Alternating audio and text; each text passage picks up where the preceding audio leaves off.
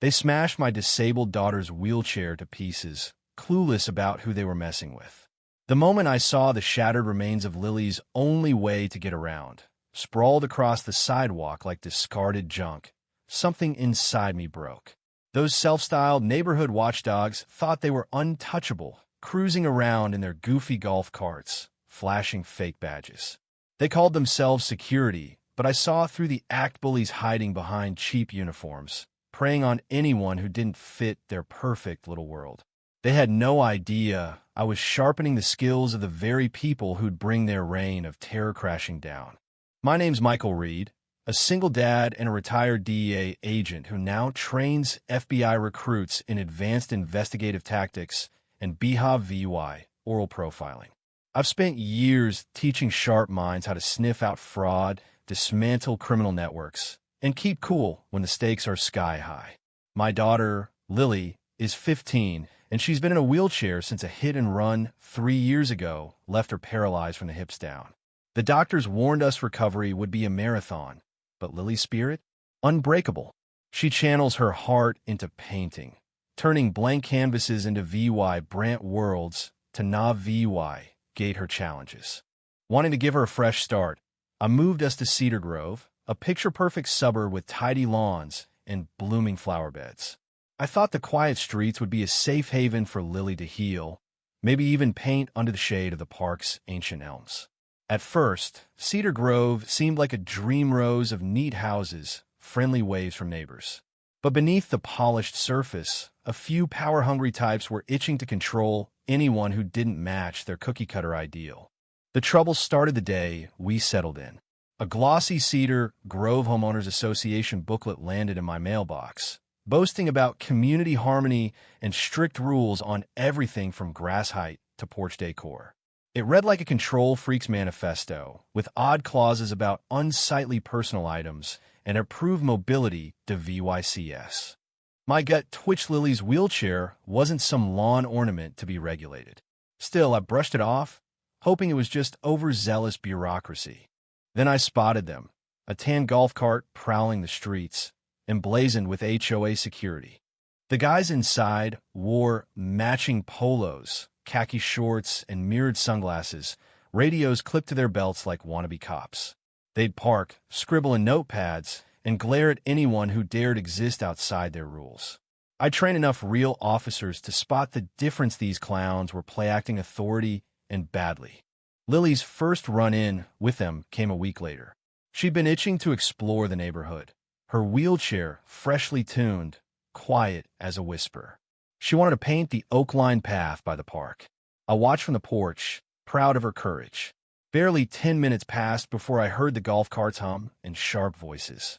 2 of these guards had cornered her, looming over her chair, one holding up a hand to block her path. They muttered about unauthorized VYCS cluttering the sidewalk, demanding ID from a teenager who clearly wasn't carrying any. I jogged over, keeping my voice even but firm, explaining Lily was my daughter and had every right to be there. They backed off with smug nods, but their eyes lingered, sizing us up like we were trouble. 2 days later, a neon orange violation notice was taped to our door, unapproved mobility apparatus in public spaces. I stared at it, dumbfounded. Who targets a disabled kid for using a wheelchair? Lily read it, her face crumpling, and I promised her it was a mistake we'd fix.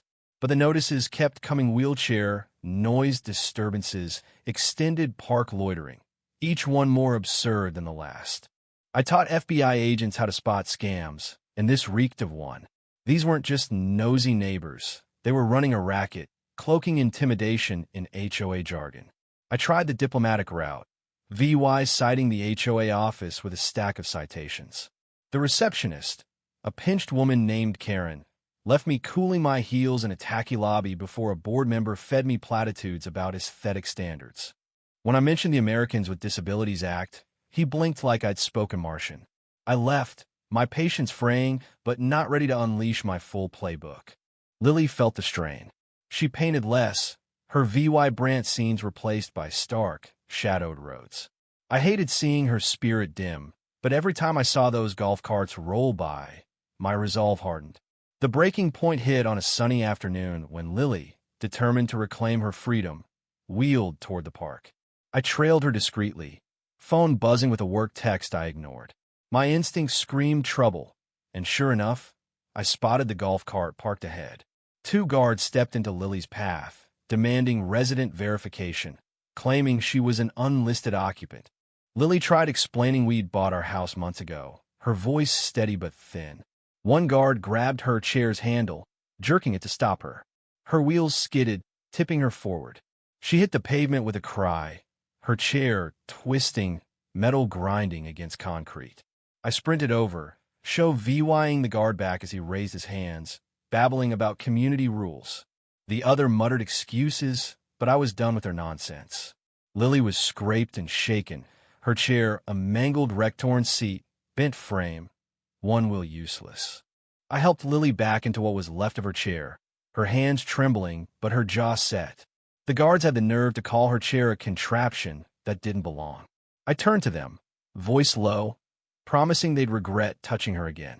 Their bravado faltered, eyes flickering with unease. They didn't know I'd spent years training agents to take down criminals far scarier than them.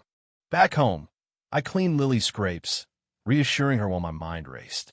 That night, I spread out every violation slip on the kitchen table. This wasn't just harassment, it was a pattern of abuse, targeting a disabled minor, violating ADA laws, and likely impersonating law enforcement, a felony in this state. I went full investigator mode, documenting every incident, snapping photos of their fake badges, and digging online. Their uniform patches were knockoffs, available on a shady website, mimicking a nearby sheriff's design to fool residents. I reached out to a DOJ contact who specialized in disability rights and a buddy at the FBI's training DVY Shown. I uncovered another family fine for their grandma's mobility scooter, confirming this was systemic. Then I got a break.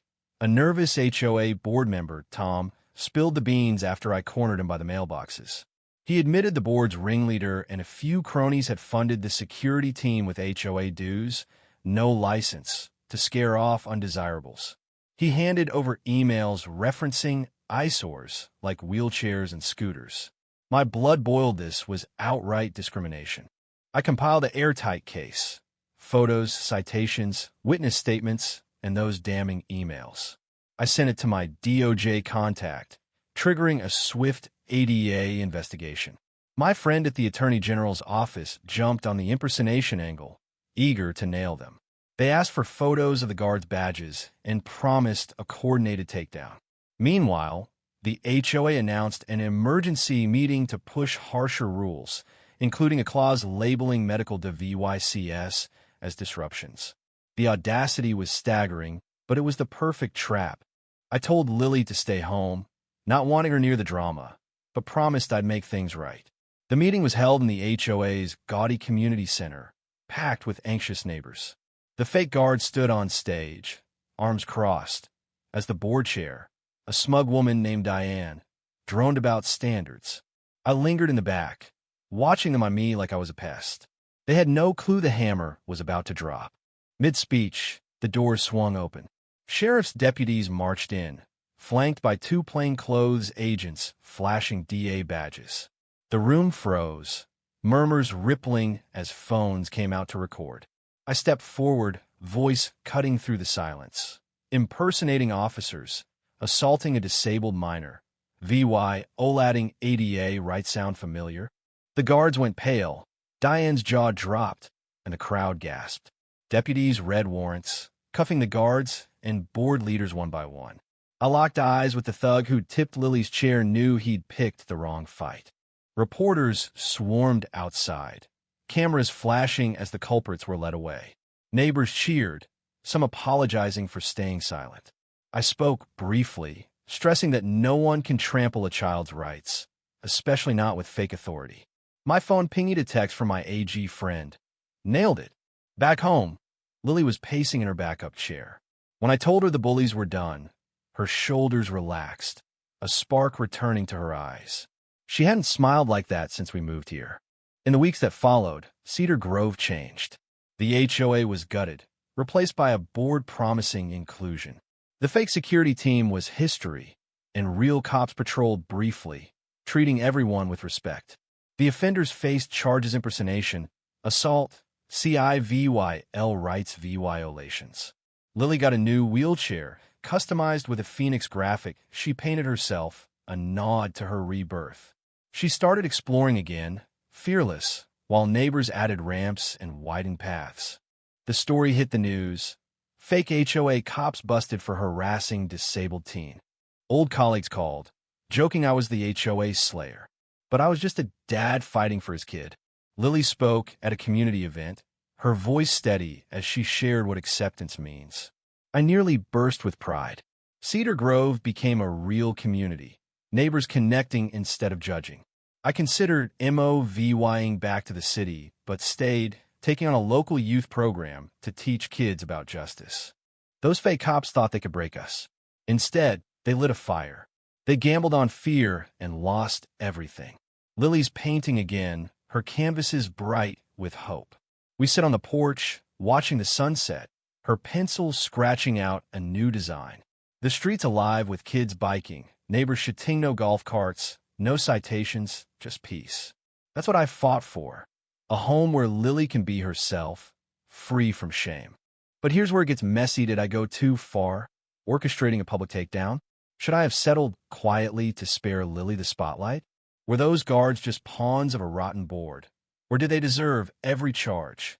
And what about neighbors who stayed silent cowards, or just scared? Drop your thoughts below, hit that like button if you're team justice, and subscribe for more stories that'll make you question everything. What would you do if someone targeted your family like this?